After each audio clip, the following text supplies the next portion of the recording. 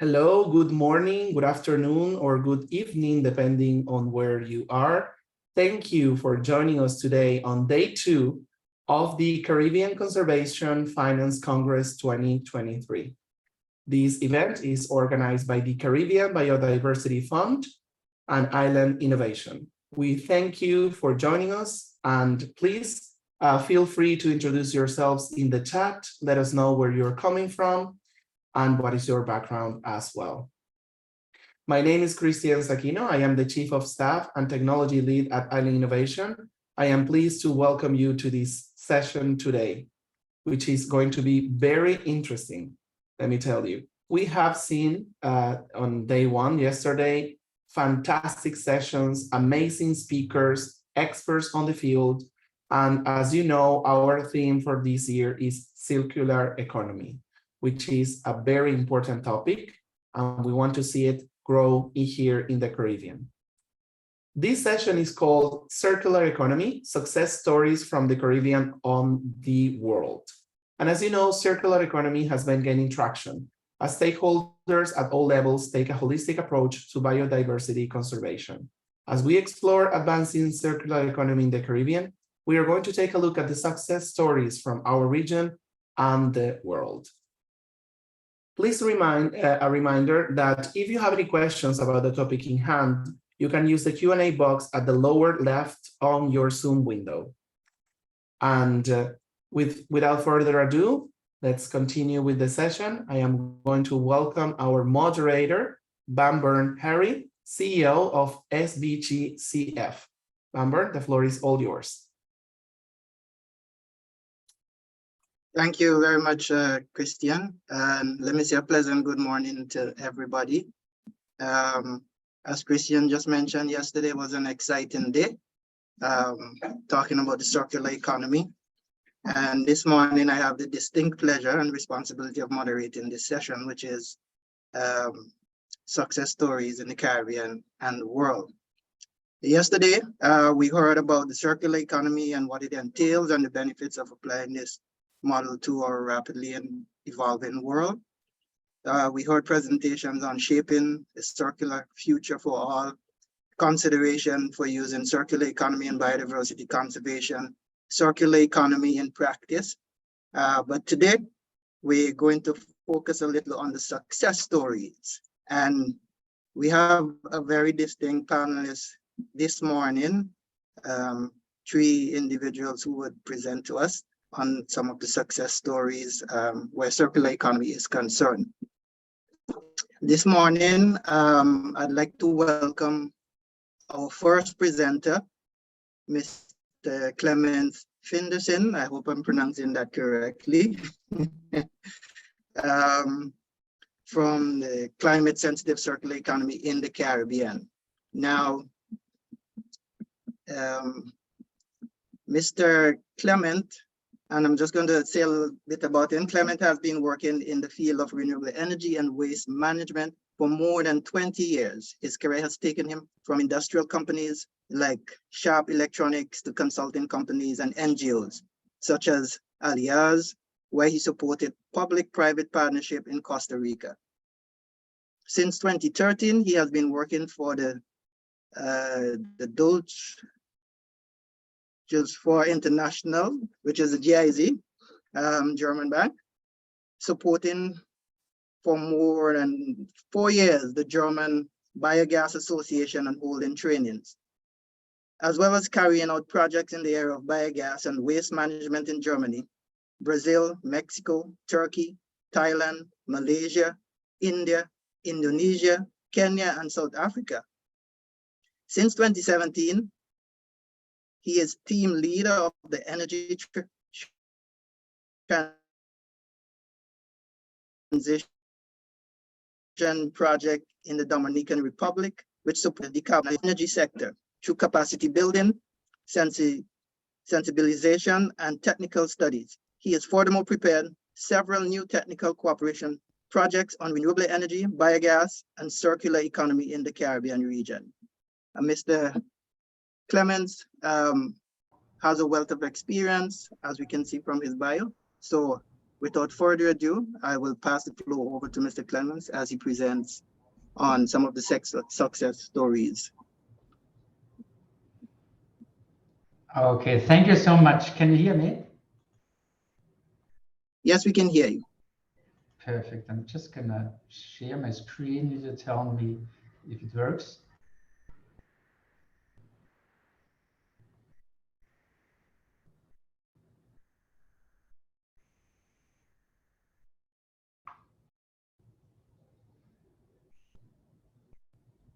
Can you see my screen?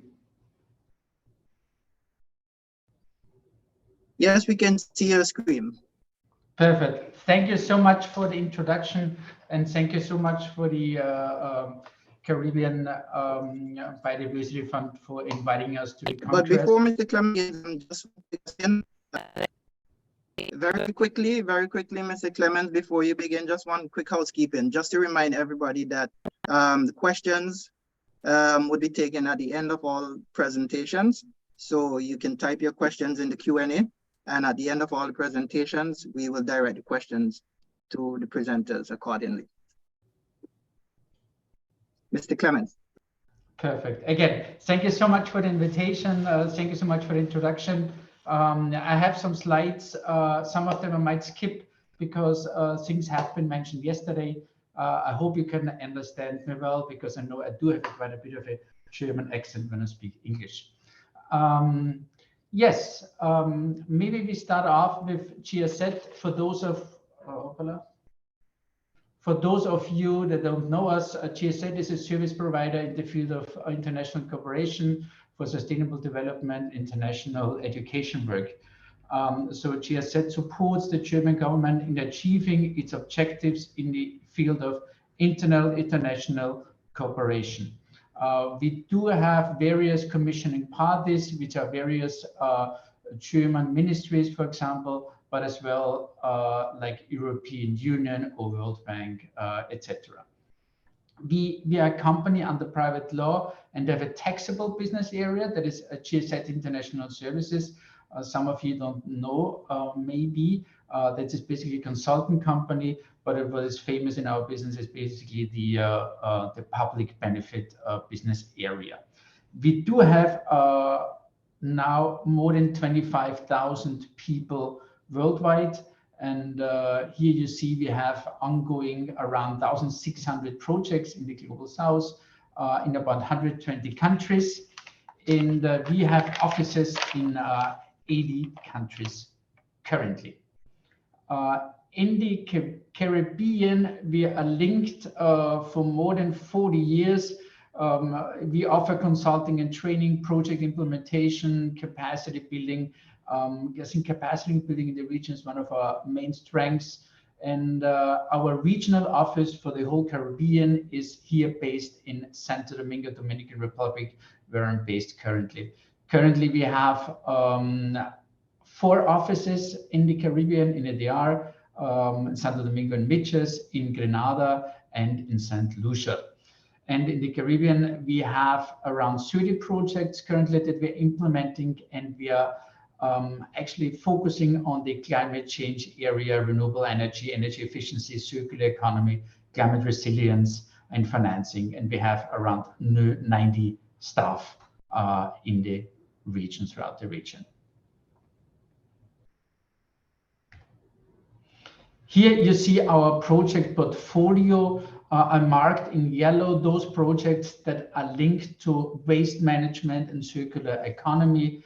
We're going to talk about that later on. That is the climate sensitive circular economy in the Caribbean project that's going to start next year. One project, Caribbean circular, that has been already implementing, and Euroclima Plus Caribbean that is also going to work on climate, on circular economy. You see the topics here, if you look at the projects, are basically in the green sector. Coming to the area of waste management and circular economy, we have 30 projects in 22 countries. So that is also a strength from us, that we can share experiences throughout the planet, I would say. You know, if you look at countries, we have bilateral projects on waste management: Jordan, Kosovo, Algeria, Colombia, Tunisia, Indonesia, Egypt, Ghana, and Rwanda, but also regional projects, for example, in Southeast Asia.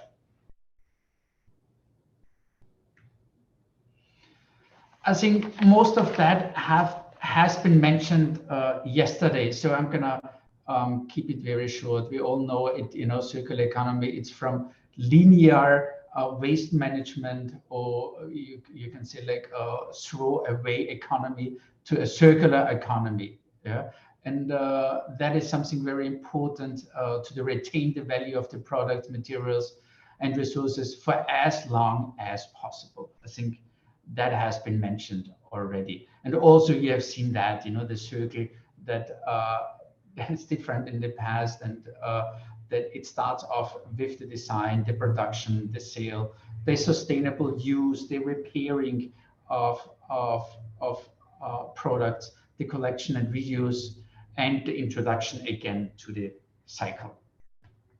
And it is a cross-cutting topic, and I think that is the big paradigm change. You know, you look at energy, how things are produced, where's the energy coming from? You look at mobility, you look at water, you look at agriculture.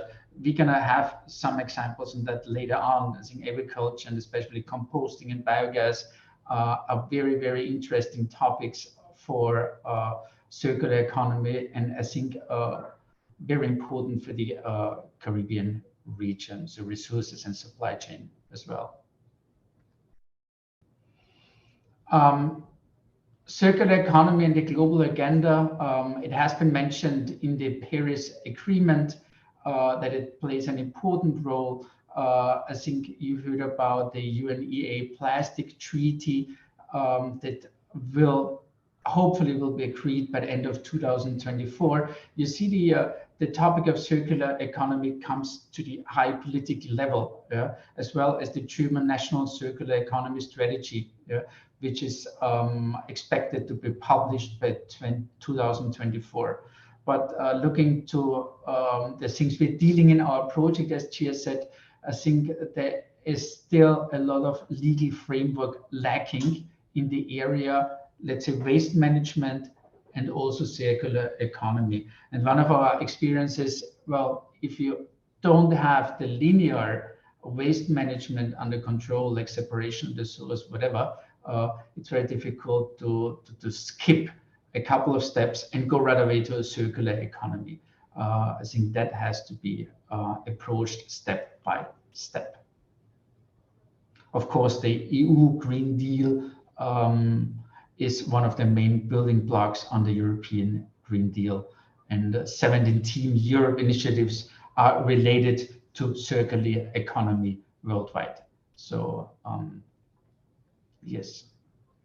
Now I'm going to share some information. I guess you will receive the presentation afterwards. That is one of the initiatives we have. It is funded by the German Ministry for Economic Development and Cooperation. It's Prevent. Here you see the website, prevent-waste.net. And the mission of Prevent is to advance the circular economy in low and middle income countries. It's basically a platform, and more than 450 members from the private sector, academia, civil society, and public institutions participate. Please have a look at that afterwards. As well as we do have some publication I want to refer to, for example, related to climate smart circular economy, and to look at the relation between climate and circular economy. Here you have the links, and further on you have various links of GSZ, where you see further studies of GSZ on circular economy. I think there a lot of experience can be shared from our projects worldwide.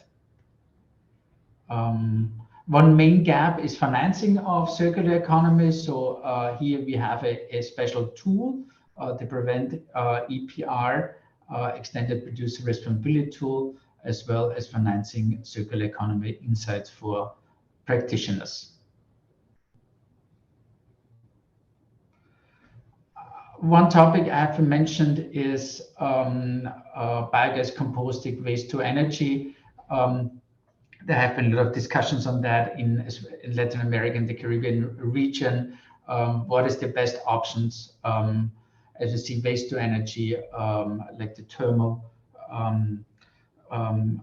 thermal solutions shouldn't be considered as circular economy, because actually when you burn it, you kill the nutrients, and it's very expensive, and it's not I think captive for the region.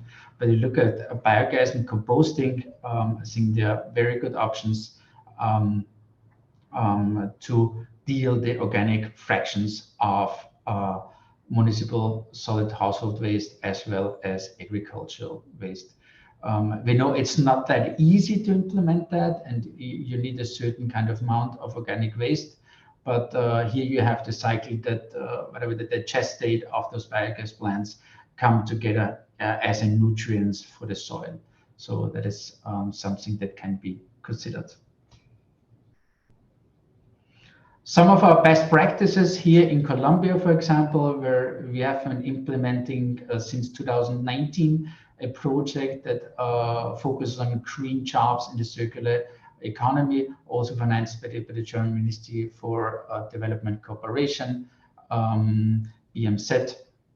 And here's something interesting that came out of this project is a circular economy laboratory. And this is somehow like an innovation lab that makes training, research, design, and prototyping of business ideas for the circular economy.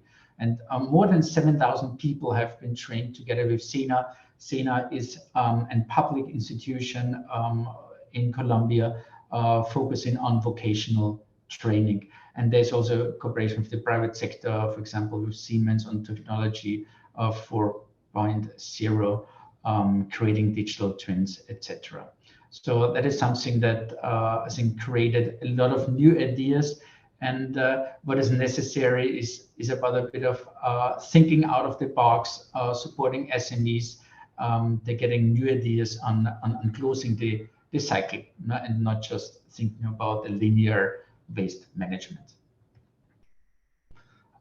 There is a project we have been implementing since 2021. It's called Prevention of Plastic Waste in Central America and the Caribbean. I need to say they are currently in this project that is implemented by GSZ, just 2 Caribbean countries part of that. The rest is Central America, which is Belize and the Dominican Republic. Yeah. And like in most of our project, I think something is important is the regional exchange. We organized study tours. We made new business models and applied digital tools. For example, reusable packaging for food delivery services, and something which is important in waste management as well as circular economy is the creation of public-private partnerships in 3 pilot projects. In this case, it is in the DR with 9 municipalities to establish recollection routes and stations and explore additionally recycling opportunities. Awareness raising is very important still in waste management. There's still a lot of waste is dumped out of the cars, for example, the illegal dump sites, whatever. So awareness raising is something very important. And I think we found here also a very good option is together with the Professional Baseball League to make a campaign on circular economy and waste management. If you do have any further questions afterwards, the coordinator for the DR is Peter Sommer. His email is below. There's another project here financed by the German government, by the Federal Ministry for Environment, Nature Conservation, Nuclear Safety and Consumer Protection. It's called ProMar and is implemented by the German NGO Adelphi. Here you have the name of the project director, Jan Janssen. And they initially started in 3 countries, Dominican Republic, Costa Rica, Colombia, but now it has been extended. It has been extended to 5 more Caribbean countries. As well, technical cooperation, They're looking into baseline and monitoring, extended producer responsibility policies, global plastic treaty, pilot implementation, and of course, training and dissemination. And that's something for the future that's going to be very, very interesting. That's a project in preparation called Supporting the Conditions for a Climate-Sensitive Circular Economy in the Caribbean. That's a project which is, you can say, a sister project together with the project of KfW and the Caribbean Biodiversity Fund Instruments for Sustainable Financing of Marine Protection in the Caribbean. And this project is going to start in 2024. It's a 3-year project for $1 million as well, commissioned by the Federal Ministry of Economic Cooperation and Development, political partners CARICOM, and partner countries. Here you see the St. Lucia, Grenada, Dominica, Guyana, Jamaica, St. Vincent and Grenadines, as well as the intervention countries of KfW and CBF project, Cuba, Dominican Republic, Haiti, and Montserrat. Here we can have 4 outputs. One is basically supporting the KfW CBF project and supporting organizations and creating capacities in order to hand in high quality projects to the fund, and also supporting organizations then that they want to implement projects in the area of circular economy. Remembering from GSZ side, it's always on technical cooperation, and there will be a financial cooperation by KfW and CBF. The next one is legal framework. That's output 2. Output 3 is we're gonna support the planning and technical capacities of national waste authorities, and output 4 is also sensitization and trainings for the stakeholders in the Caribbean. I hope that wasn't too fast. Thank you very much for your attention. What we see over the last years in our projects, like it started 10 years ago, there were a lot of new projects in the area of renewable energy. But I think with the concept of circular economy, we again, as she said, increasing our initiatives in this area. And we learned that it's a global problem. It also needs solutions throughout the regions. So we're very, very happy that we can keep on working on circular economy, and especially now with the Caribbean region that has a lot of challenges in the area of waste management, circular economy, for some because economies of scales are missing. So especially when it comes to industrial solutions, for example, the making plans on upcycling PET, for example, you need to have regional solutions in order to make it economic feasible. And that is one main aspect that we see. You need to have a good, strong legal framework, and it needs to be economically feasible, the solutions. So you need the private sector, you need those public-private partnerships in order to make it feasible and avoid emissions from the waste sector, as well as something that is very important for our region here is marine littering, for example. Thank you very much. If you do have any questions after the sessions, please feel free to send me an email. Thank you very much. Thank you very much for that wonderful presentation. Very informative. Very happy to see that 40 years of developmental cooperation within the Caribbean from GIZ, and for the tremendous amount of work that GIZ has been doing within the Caribbean in the sectors of energy, waste management, and also providing training. So we have that. I'm sure there'll be a lot of questions in the queue at the end, but And our second presenter is Ms. Suzanne de Bouville-Scott. Suzanne possesses over 20 years experience working in the field of conservation and sustainable development, and has direct experience in development and implementation of climate change adaptation and disaster risk reduction measures, project management, biodiversity management, fisheries management, integrated coastal zone management, ocean governance, and marine spatial planning, environmental impact assessment, waste management, and policy development. She is also a certified project manager with experience in managing national and regional projects in the Caribbean. Suzanne currently works with the Organization of the Eastern Caribbean States, which is the OECS Commission, where she provides technical support and manages projects on blue and circular economy matters. Without further ado, I'd like to welcome Suzanne as she gives her presentation on some of the success stories. Thank you, Clemens. It's my, and good day to all. Is my presentation up? Can you see that? Yes, your presentation is up. Okay, excellent, thank you. So just a little bit about the organization. The Organization of Eastern Caribbean States is an intergovernmental agency with 11 member states that aim to deepen regional integration among its members in various areas, including environmental matters. Like most SIDS, the OECS countries are highly dependent on natural resources for economic growth, development, and well-being. And the main economic stays include tourism, fisheries, agriculture, and light manufacturing. And these are heavily reliant on environmentally an environment that is relatively free of waste and pollution. Over the years, member states have sought to address the issues of pollution through several initiatives at the wider Caribbean level, at the OECS level, and even at the national level. And also through commitments under international agreements that give impetus to the avoidance of pollution.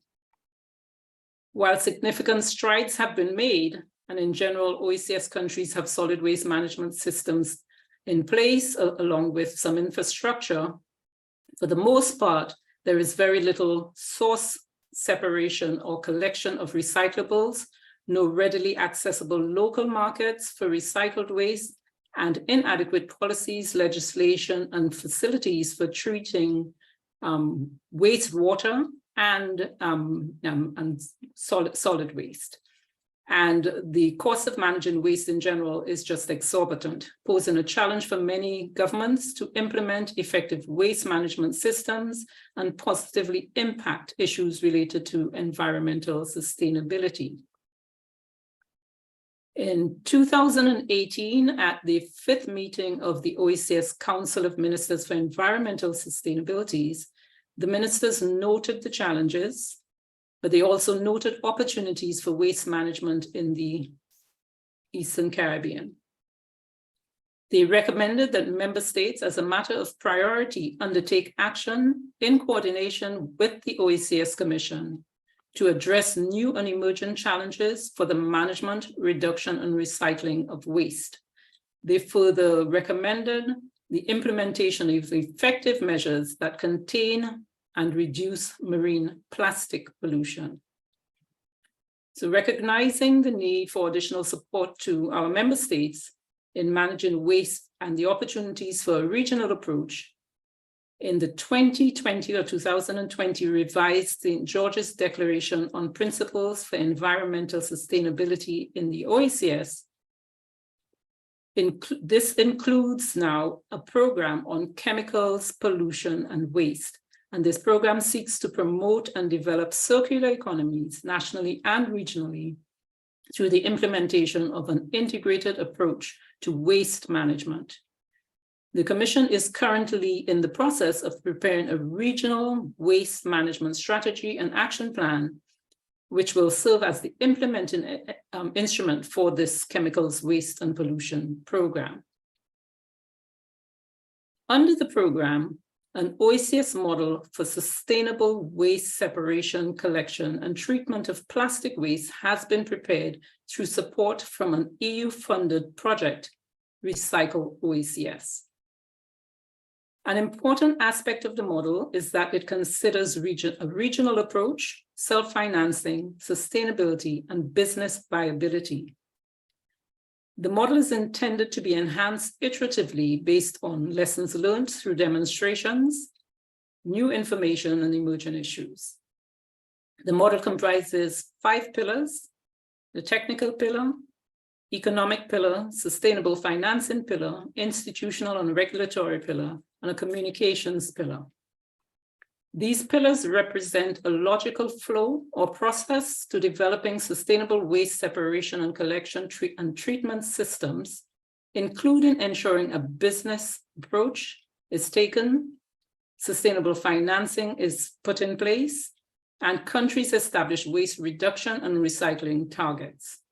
I've noticed that the demonstration is being, the model is being demonstrated in 2 of our member states, Dominica and Grenada, and also the model was endorsed at our last Council of Ministers for Environmental Sustainability earlier this month.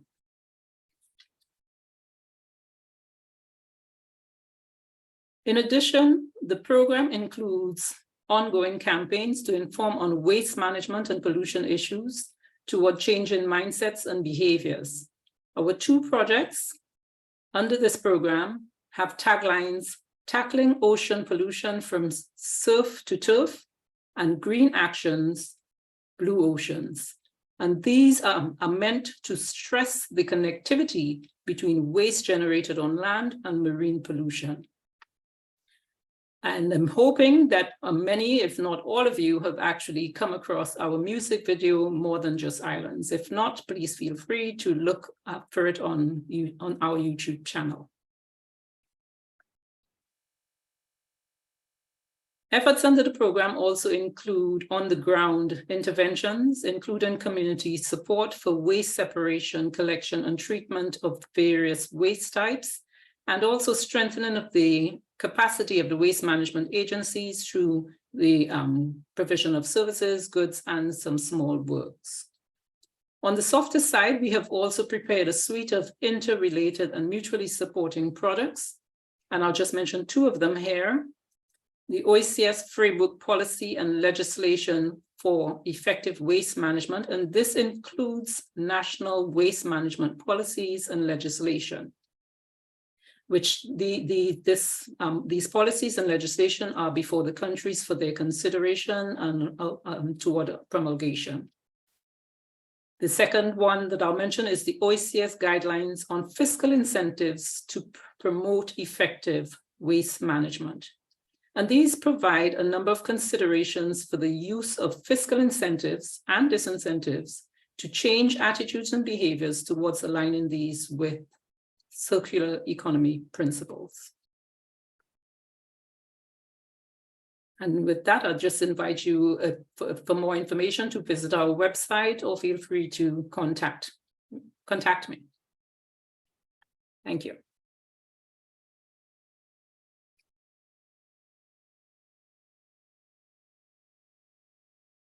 Thank you so much for that presentation, Susanna.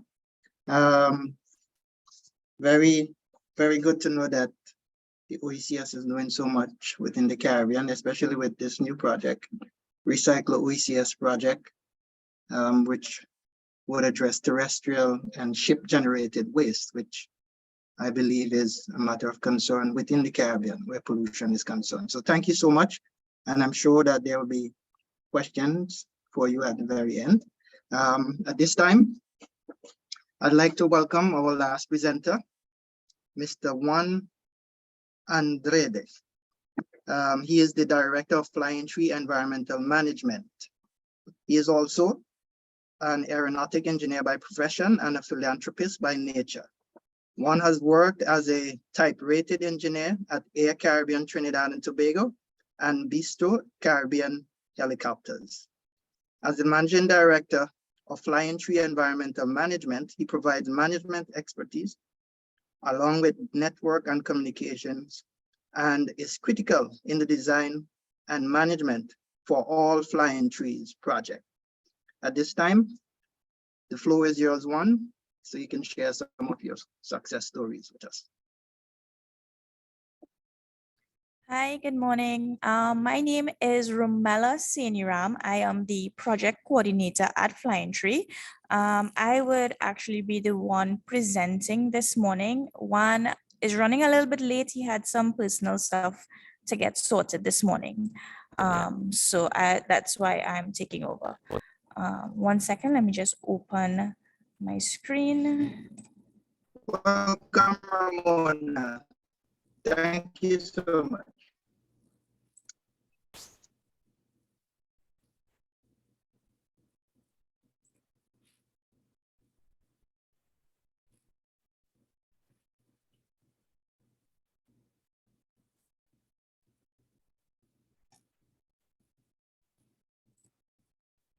Okay, I'm not sure. Is my presentation up? You would need to run it on presentation mode, please. Okay, sure. Okay, I think it's up now. Yeah. Yes, we can see Okay, great. your presentation.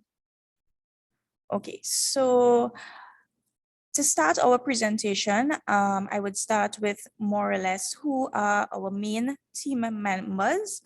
We have Juan Andrade, which is a director, Amelia Parashram Andrade, also a director, and Godfrey Budu, which is the third director. Then we have Joanna Andrade, which is our product developer, Rondell Edwards, which is our content developer and social media manager, and then myself, Romella Seniram, which is the project coordinator. Our main focal areas at Flying Tree are ecotourism and reforestation.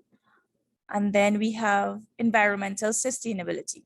So just to kind of give a brief introduction to how Flying Tree started, Juan is actually a director at Milagros Solutions Limited, which is a private company that produces plastic bottles. Because of this, he realized that his plastics are now part of the environmental issue of plastic pollution. And he wanted to do something to recapture his wastage, indirectly or directly. And that's how Flying Tree started close to 20 years ago, where they realized that, you know, as a private company, we are one of the problems that causes environmental pollution, and they wanted to do something back. Here we have the 3 different types of reforestation that we do in Trinidad and Tobago. The first one, we have the paragliding or aerial reforestation. Then we have mountain reforestation, and then mangrove reforestation. The environmental sustainability is where we would use the plastics that we gather, whether we get it directly from private organizations or we remove them from the environment, and we would process them and reuse them, which would give us different products.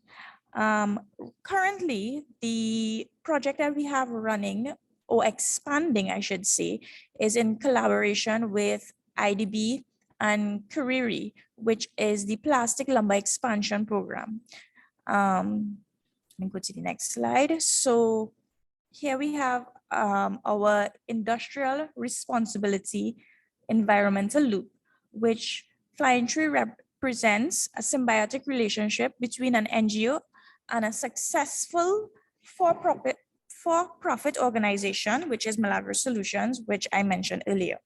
This relationship is based on a per-profit model adapted to a sustainable, industrial, responsible environmental loop.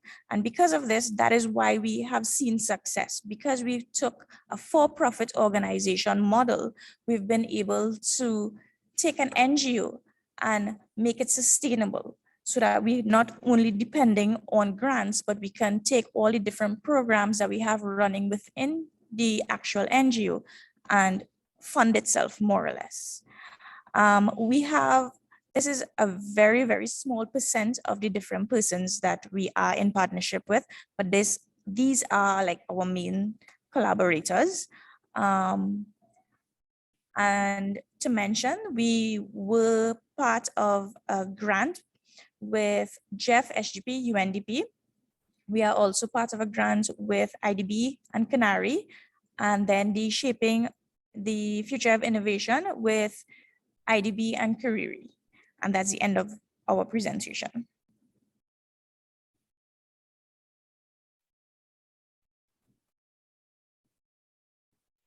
Thank you so much for that presentation. Success story indeed. And I do hope that there are questions for you at the end as well. At this time, we'll move right into the question and answer section.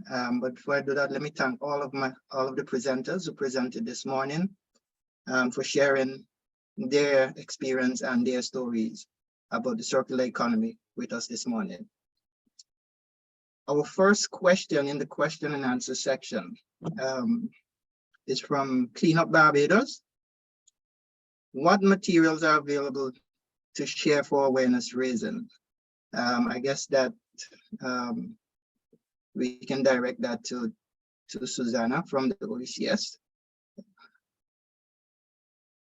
Okay. So a lot of our products are, especially audio visuals, are on our YouTube channel. So you could actually go to the YouTube channel and pick up a lot of our resources from there and further share them from that location. We also have our projects have web pages. If you go to the OECS website, you can find our projects there, and within the project pages as well, you may find other resources that could be useful as well. Thank you so much. Next question. This is for Flying Tree. What do you know about this? And this is from Ulrike.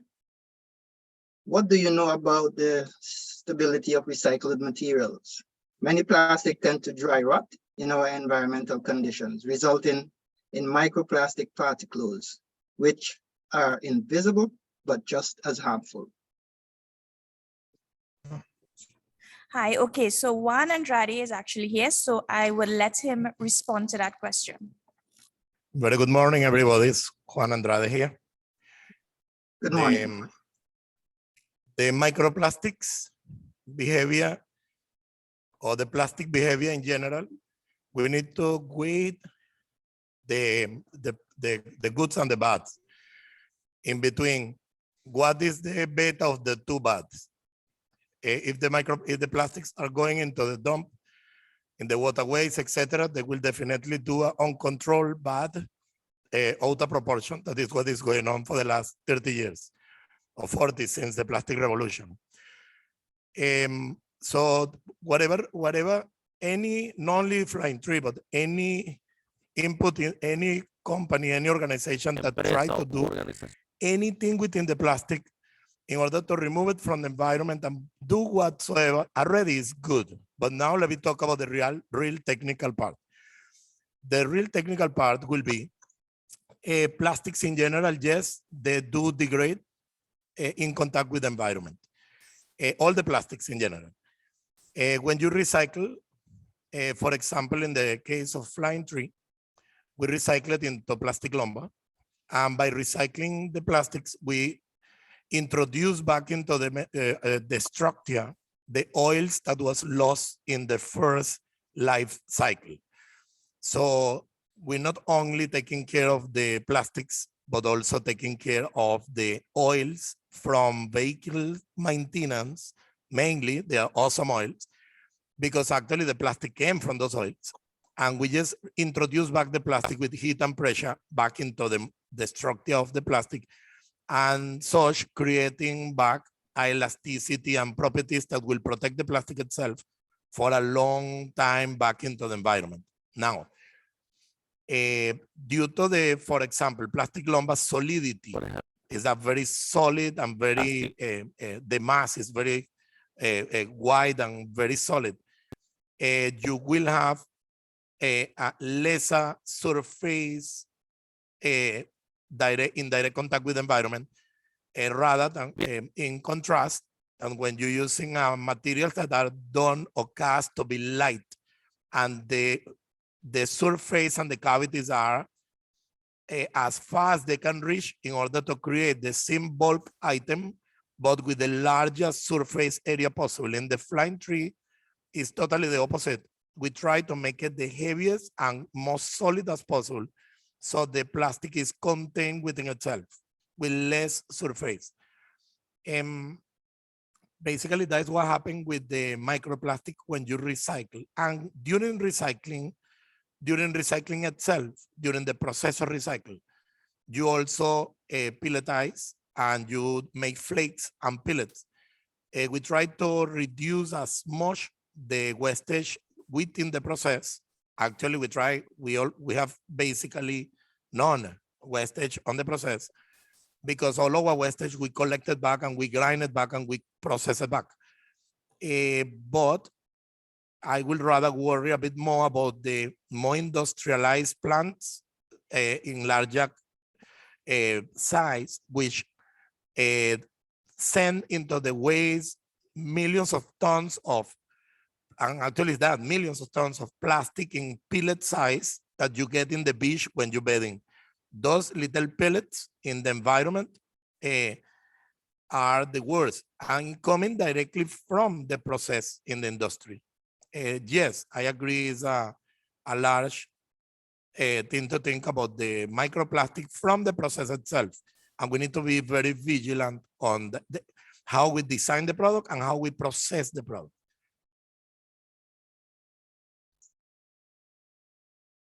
One second. Thank you very much, Juan, for answering that question. But we have another question for you. The next question for you is, can you expound on the for-profit partnership with your NGO? And this question is coming from Don Francis. Expand, you mean? Expand on the for-profit. The reality of the problems the reality on the problems within the recycling, well, the answer is yes, no, in front, but the reality of the problem of the plastics in the environment has been exactly that we always approach the plastic wastage and the plastic recycling and the plastic problems as we need to fix something bad with a non-profit. What I mean is always an NGO, is always the government spending money, it's always entities giving grants in order to solve the problem, like the problem is going to be solved by injecting money in a we need to clean way. No, that's not the way. The way is the approach, our approach, as many other guys who approach the same way.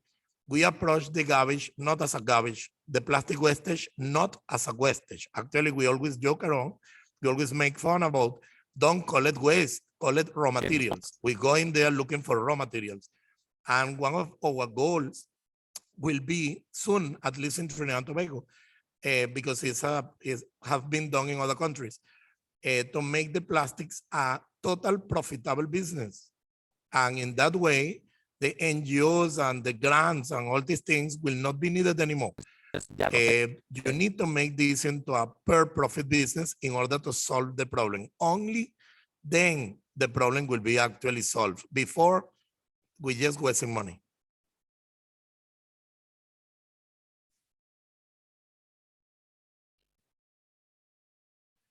And the projects that we have, in reducing plastic into the environment.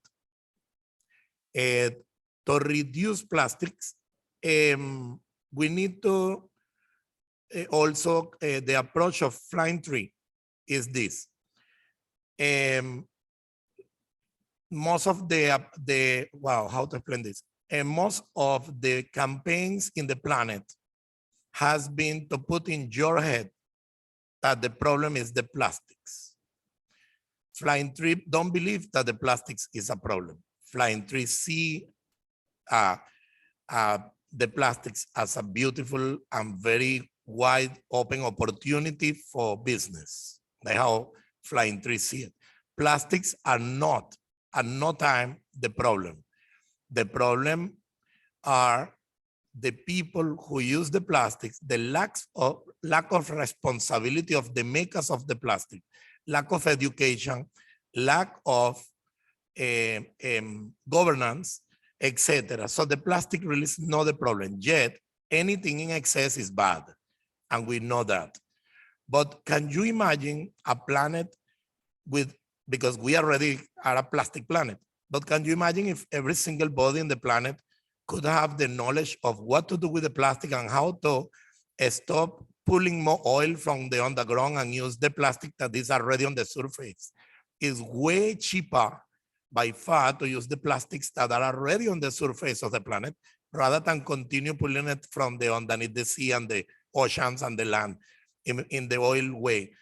So yes, we tell the people to reduce it in educational campaigns. We have been doing educational campaigns right through Trinidad and Tobago in all the schools, in the secondary schools. We have partnered with people to reduce the plastic usage. Like we have been lobbying and talking with a lot of entities with respect to the reducing of the plastics by using recycles. So reducing the plastic as how to reduce the actual plastic usage, no. Use more recycled product. So if we recycle more, it doesn't matter if you use more. You can use a lot more plastic bags in your house. You can buy a bag and put it inside a bag if you want, providing you can take that bag back to recycle. So the problem, as I say, is not about reducing per se. It's more about recycling, upcycling, and understanding the nature of the plastic and how we can make it back into a profitable business with the plastics. Only then you will not see no more plastics running on the road because they will have a value. And the only way to reach to that point is by doing a sustainable per profit items, etc. All right, thank you, Juan. We have quite a bit more questions for you. This one is from Carolyn Trubescoy. She's asking, are you selling the products to other islands and in particular to hotels? And it's a two-part question. Does the Flying Tree have arrangements with other islands to accept recyclable materials? We have been in communication, in meetings with San Lucia, Barbados, and of course, Tobago, obvious. And yes, we have been already on that conversation in order to carry the materials and find a way to bring the plastic back to Trinidad, which I don't find it the best. I do find the best is, as I tell some people sometimes, give me a little more time to organize something that I can bring to you so you can take care of your own plastics. The ideal is copy something that already works. And right now we have been working on this piece of equipment in the company, which we run every day. This piece of equipment is totally off-grid machine that could take care of all your plastics. We have off-grid granulators, off-grid plastic lumber makers. You might need a little electricity here and there that you can do it. You can actually use a small generator, but our equipment can run with electricity, diesel, gasoline, or propane. So that means we can put it on a container and carry it to any country, any backyard, any smaller capability. You don't need to have an industrial building and industrial access. Yet, obviously, it's a very large activity. And yes, and the machine is not that cheap. Obviously, you have to spend a little money. The plastic lumber per se, we are already selling basically more than what we are producing right now. We have people on a line waiting for the plastic lumber to come out and to use it in all different applications. We have been doing a non-profit applications also, but obviously it's more directed to profit. nothing is cheap to do plastic process. All the equipment are pretty expensive. Pretty expensive when you are talking about an individual or a small company. If you put a larger company behind it with a little more capacity to finance or to do grants, etc., well, it's not expensive at all. You can save a small island plastic problem with the price of 2 other politician vehicles. You understand? With 2 products money, you can save a whole small island plastic problem. But that is where we need to go towards that goal. It's a small investment, and we can actually do, because if we try to bring the plastic wastage to Trinidad, you still need to impact the environment with more carbon by putting it on a truck, putting it on a container, compacting it, putting it on a container, carrying it on a boat, shipping it to Trinidad, taking it down the boat, carrying it on a truck back to the company to make plastic lumber, to revert all the process back to you as an island. That's ridiculous. What we need to do is make the process, each island, each country need to have their own process. And that process also need to be monitored, obviously, and proper directed. We have, I will not say all the capacity, but we have been doing some good advancement into these kind of processes. And I believe that you have a place you could come and find, if together we can do it even better.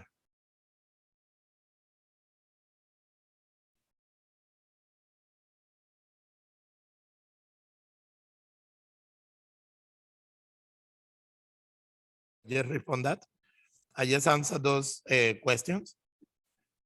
Yeah, good morning, everybody. I am Karen McDonald Gale. I am the CEO. Oh, Van Burn, you were frozen. I'm back. Yeah, I was having some internet issues. Apologies. I think we might have missed one question. A question directed to GIZ. Somebody was asking about the plastic waste project in the DR and what does it consist of? Yes, already answered in the chat, and Okay. they can put the website, and there you can find all the information where the pilot projects are. It's like I mentioned, it's on regulation, it's on supporting the partner countries from Mexico to there on RRP, for example, as well as implementing pilot projects and regional exchange. And this project is focused on just plastic waste. Yeah, and I think I want to add there that I think it's important to look at the issue of plastics, and you know how many thousand years they're gonna stay somewhere where we don't know where it ends up, like basically in our bodies. But there's very few discussion on organic waste. And if you look at the characteristic of waste in the Caribbean region, look at that. You know, the national waste authorities, they have good data. We're looking at about 60% of organic waste, you know, and this issue hasn't been tackled. And there are very few regions on this planet where the organic waste can be collected that clean, because it comes from the tourism sector. Yeah? So there's huge opportunities there, but there's very few discussions on that. Looking at energetic use of organic waste via anaerobic digestion, it is quite complicated. It is expensive. It needs regulation. But plastic is important. But we shouldn't forget the organic fraction of waste in a region where there's lots of it, which has not been tackled so far, and it ends up on landfills or illegal dump sites, with emissions methane, and it's connected with everything, and we know it's somewhere a ticking time bomb. Okay, thank you very much, Clement. We have, I think this is more of a comment rather than a question. This is from Ruel Ellis. Economic and statistics do not support the philosophy that using virgin plastic is more expensive than recycling. Actually, during the last 4 years of depressed ONG prices, virgin material was less than 50% the cost of recycling. The EU have been implementing policies to ban extracting diesel oil from plastic and stopping plastic waste from being shipped to developed countries for recycling. So that is his comment. I don't know if Clement, you want to well, I think that is one of the main issues of, why we're talking about waste management, because, yeah. I mentioned this raw waste society. If it's cheaper to go with prime material, and that's what it happened, and not just produce as much as you can, and don't care about how much it lasts, I think that is the issue, and that needs to be tackled. Of course, Yeah. Recycling, collecting, it should be less expensive, but in some issues it's not. So that's why regulation is necessary. Okay, all right. I see two hands raised, Susanna and one. Susanna. Yes, thank you. I just want to go back to to clarify something you said earlier. The chemicals, the OECS Chemicals Waste and Pollution Program is what is seeking to address both ship and land-based sources of pollution. So it's the broader umbrella activity or program. The Recycle OECS project that I spoke to is really focused on plastic waste. So just to make that correction, it's an EU, it's a part of the EU CARIFORUM Zero Waste Initiative, which is focused more on the plastics aspect. But just also go back to a point that Clemens made on organics. When we look at the OECS countries, there's like 35 to 45% of the waste produced in these countries that is organic. And if we are going to be, as small islands, we have an issue with finding land space for landfills. So if we're going to be trying to maximize the lifespan of these landfills, we need to start to reduce waste. And the organics is an excellent place to start. And just to mention some of the initiatives that the OECS has been doing in terms of organics, we are supporting a couple of the countries in terms of composting. I know Grenada is looking to do composting at the landfill. And so they have requested equipment to assist them with composting in that regard. In terms of Antigua has taken to constructing a digester, and I had a picture of that up in my presentation, a biodigester at the landfill so that they could deal with organics in that sense and utilize the energy that will be produced for everyday operations. So there are some initiatives in Dominica. I know we were looking at a zero waste project in the Kalinago territory, where they were looking at composting and even had discussions on vermiculture, etc. So the discussions are out there, they are being had, and there is some movement. But I definitely agree that there is a need for more attention on organics. In that it's really a low-hanging fruit. It's a quick win that countries could be addressing to expand the lifespan of their landfills. Thank you. Good. Thank you very much, Susanna. Juan?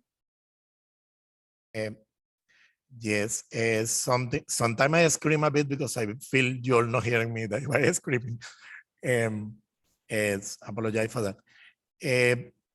It's something very good for the people that work mainly with plastics to understand why the RPT are recycled products. Why the recycled products cost more than the virgin product is because you study the economics of the plastics, is something called installed capacity. The installed capacity cost the planet trillions of dollars. And the installed capacity, besides need to be paid back for the people who put the money to invest on that, also they need to make profits. And an installed capacity that already be paid but not making profits as yet. And then we're talking about paying the banks and paying the interest of the banks and paying and also making the people profits. That is why they invest in the beginning. That installed capacity of trillions of dollars is already there and it's nothing we can do about it. So what we can do, and that is to answer another question that I read there, what we can do, yes, do the intervention of the plastic collection and recycling without a government intervention, but focus on per profit interventions. If we focus in per profit interventions, that means that I ask the Caribbean Bank of Finance, listen, I need your money in order to make a plan to recycle. Oh, great, but we know recycle don't make money. No, but I'm going to make a surfboard and it's going to be sold for 3,000 US a piece, and I'm going to return you at 25% in profit. And if I not only make a project, but I make a program, that is the difference.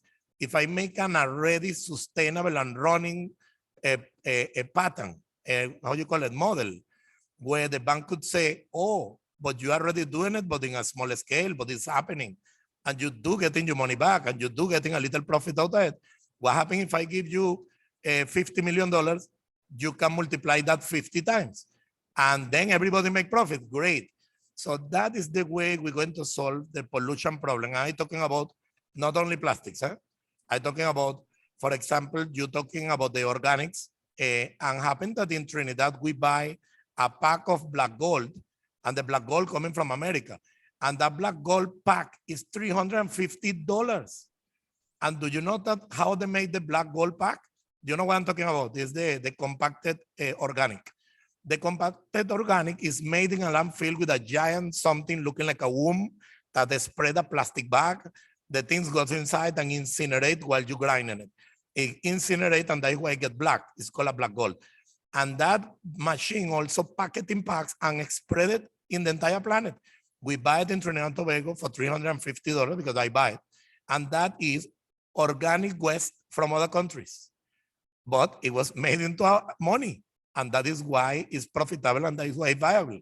Why Trinidad, for example, don't have black gold? Because we keep buying from outside because nobody invests in making locally black gold. If we invest locally, we will not need to buy it outside. And it will, who knows, might be a better quality. That is what happened with the plastics. We need to create profitable circles based in already ongoing profitable models. So stop investing in projects, invest in models. I was approached by let me just call it the largest financial institution in Trinidad not too long ago. And the lady asked me, what is my problem? Why basically I'm not engaging on the system? And I say, I'm not ready for you. Because when I am ready for you and I come in to tell you I need $100 million, I don't want you to laugh. When I am ready for you, it's because I already have something going so good that when you see it, you say, hey boy, I need an opportunity to work with you because you're making profit and you're cleaning the environment, et cetera, et cetera. So that is the problem with the wastage in general. A lack of sustainability, lack of profitability by lack of smart and intelligent investment. But not offending anybody, you cannot give a choose to repair to a meat butcher. You need to make the choose being repaired by a shoemaker. Trinidad and Tobago Flying Tree started as a symbiotic relationship with a plastic factory machine, plastic manufacturing company. This plastic manufacturing company make, let me just say, $10 million a year. And we make, I don't know how many million containers a month. And it started because we say we can make the bottle and sell it. We also can collect it back and sell it. And we also can make profit out of it. And we know how to move equipment, employees, machinery, and system to make it back profitable. In other words, in order to tackle a problem appropriately, even from an NGO point of view, that NGO need to have capacity of making money with the problem before having capacity in how to solve the problem with grants that doesn't collect back. So the NGOs need to capacitate themselves and get people on board that actually can make money as a business. And then the problem, voila, we will be ahead of a game with the people that are trying to make money by polluting. And we will tell them, keep polluting now, we're making money out of you too. So that is the point, no? Yeah, excellent, and very strong points. One, well received from my end, and I'm sure many of the others who are joining with us share the sentiments as well. We have another question in the chat. This one is for Susanna. This is from Rachel Ramsey. She's asking, are there aspects of sustainable financing pillar/strategies that would be piloted or demonstrated under your project? Yes, I actually think I did a little type up and responded there, but just to say, yes, the intention is actually that the Recycle OECS project would support the demonstration of the model that was done. And it's all 5 pillars. So it's the entire, it's not going to be selecting to do maybe the technical pillar or the communications pillar, etc. What we found is that in the past, a lot of these projects that countries have been piloting aspects of the technical pillar, but not looking at the full suite of processes that would need to ensure that the activity is sustainable post-project. So sustainable financing is a critical one. The business viability aspect is a critical one. It must be based on a business plan.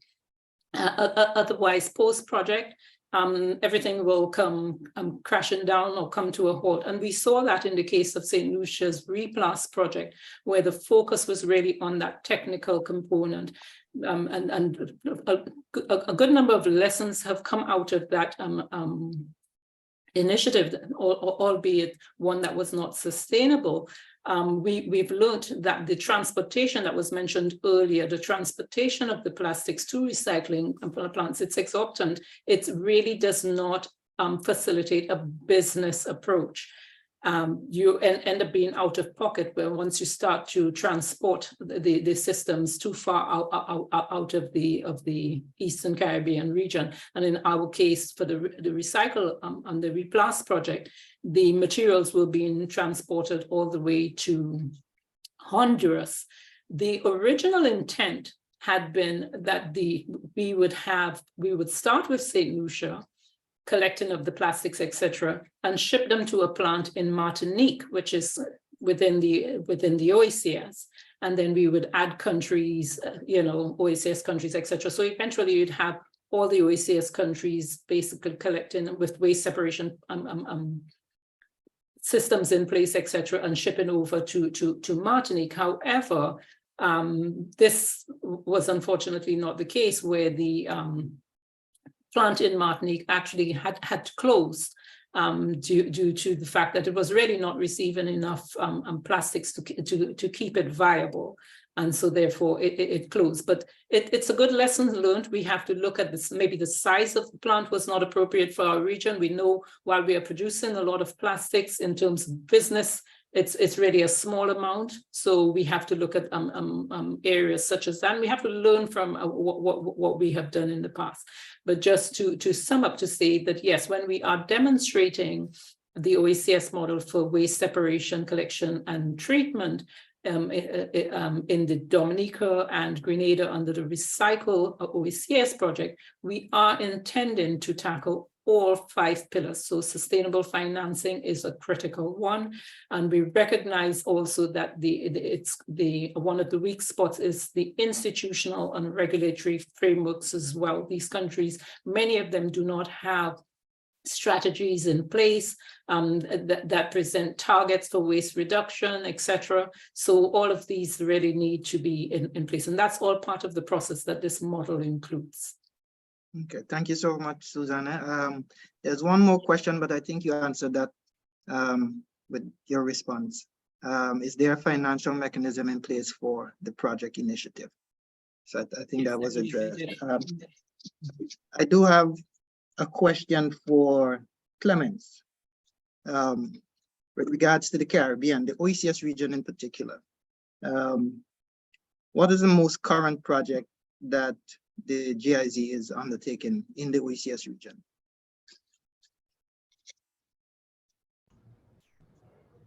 Okay, in the OECS region, currently we don't implement any project. I mentioned that the The project Climate Sensitive Circular Economy will start next year, starting 2024, and will work very closely with the Caribbean Biodiversity Fund. Okay, thank you. The other version of Circular Caribbean, I mentioned it together with the SICA region, you know, with Central America, and it includes Belize and the Dominican Republic. Okay, excellent. One last question. This question is for you, Susanna. With regards to the terrestrial and ship-generated waste, I want to zoom in a little on the ship-generated waste. The ship-generated waste, will it only be focused on plastic pollution or plastic waste, or waste in general? It will be waste in general, because remember, this falls under the strategy that an action plan that is being developed for our chemicals, waste, and pollution. So it's the umbrella program. So while we tend to implement a lot of our activities through projects, etc., so they can be very specific, we do have that overarching mandate and that overarching program to address waste, solid, liquid, from both land and ship-generated waste. So we will have actions there defined in that plan. Once it's been developed, it will be developed through a consultative process, and we will be seeking support through partnerships, etc., to implement it via projects as the norm is. Thank you so much. And with this, being very mindful of the time, we're going to wrap up. I just want to thank all of the presenters this morning for doing such a wonderful job and for sharing with us all of their experiences, what they're working on, and what we can expect from them going forward. And I want to thank all of the persons who engaged with their questions. Very relevant, very relative. And so in conclusion, I just want to recognize that each one of us has a crucial role to play in advancing the circular economy and sustainability. Whether you're a business leader, a policymaker, an educator, an individual, your actions matter. Together we can build a world where prosperity is not at odds with the health of our planet, but rather a result living in harmony with it. Those are my final words, and I would like to pass the floor over to Clemens to say a few words, then of course to Susanna, and then to Juan. And then we welcome Karen to say a few words as well. Karen McDonald-Gale. Clement? Oh, yes, sorry, I just answered another question I had here in the chat. And yes, Rachel, please get back to me and you can write me an email. It was about the flow diagram. Again, thank you very much for the invitation and the very interesting discussion. As soon as we start the project next year, I think we should get in close cooperation and communication with all of you in order to do something over the next 3 years in the OCS region that is really needed. But the project is starting next year. I think a lot of things has been done. I really want to mention there's one thing that was a bit, I think prevention is something very important to avoid the production and like the use of plastic. I think that is something very basic and it's important. Here in the DR, we see in comparison to other Caribbean countries, there's a very powerful plastic producing industry. So the plastic is not important, it's produced here.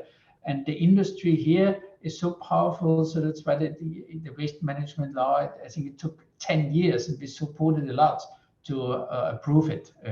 But now there's a lot of changes within the plastic industry. So the initiatives where those plastic shippers found a platform, and it's actually, they want to do the upcycling plan for PET, they want to do that together. So there's a change really in paradigm of the plastic producing industry here. I think that is something very important. there still needs to be regulation of avoiding things like the production of foam, for example.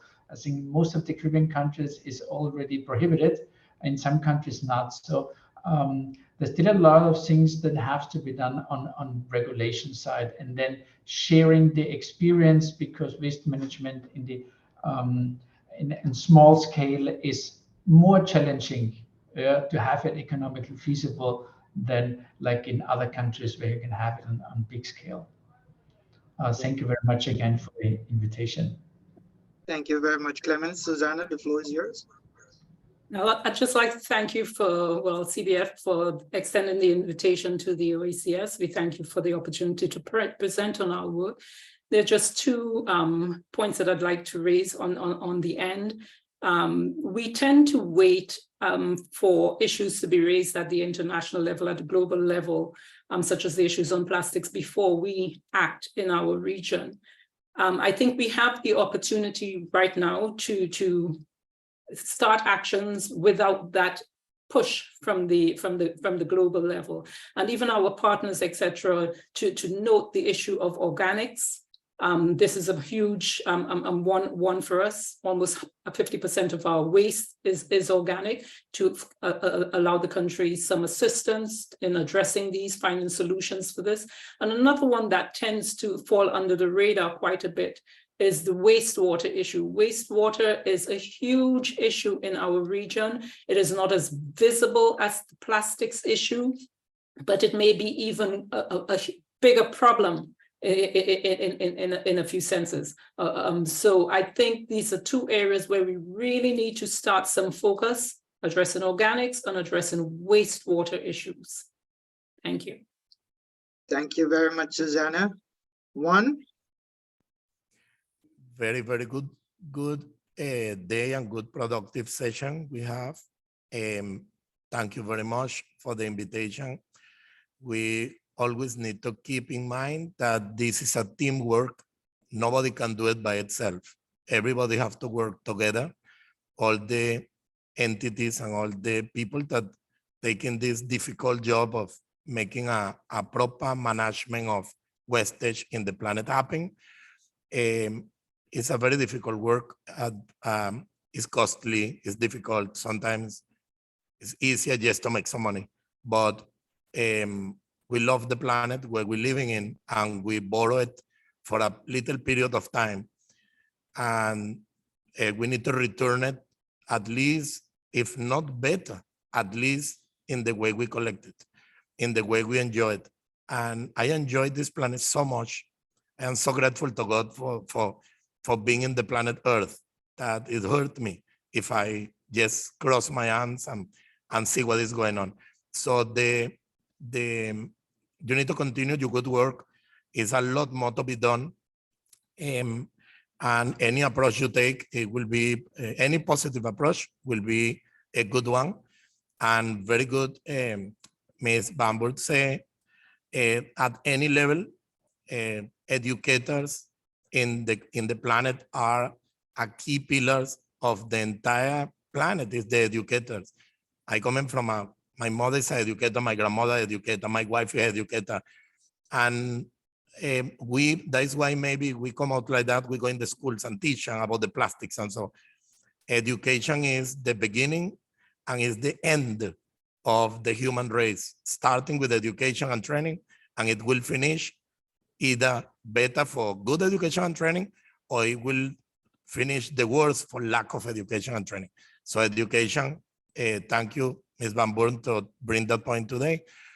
Thank you very much. And I hope to meet a million times again together and be able to laugh every time we meet, because we're getting where we want to reach and we're getting good. So I am totally open. My cell phones, my house, my building, my adopted country is all totally open to you without any call, without any questions. Yes, shout at me, and we always there to help as much as we can. And I ask for help every time I can, obvious. So thank you very much. Have a beautiful, beautiful balance of this meeting. Thank you very much, Juan. Thank you for that. I will pass the floor over now to our organizers so that they can give us a bit of information about what we can expect later on today. So thank you, everybody. Thank you to all the panelists again, and for everybody who's logged on. Have a wonderful rest of the morning. Thank you so much, Van Buren, and thank you to our wonderful panelists. This has been an amazing discussion, so thank you for your contributions.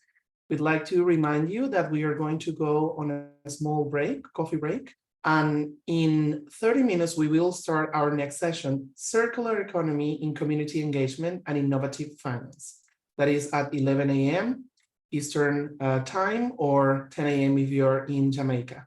You should see the Zoom link and the description here on the chat, so please don't miss it. We will see you in 30 for attending, and thank you for your presence today. Thank you.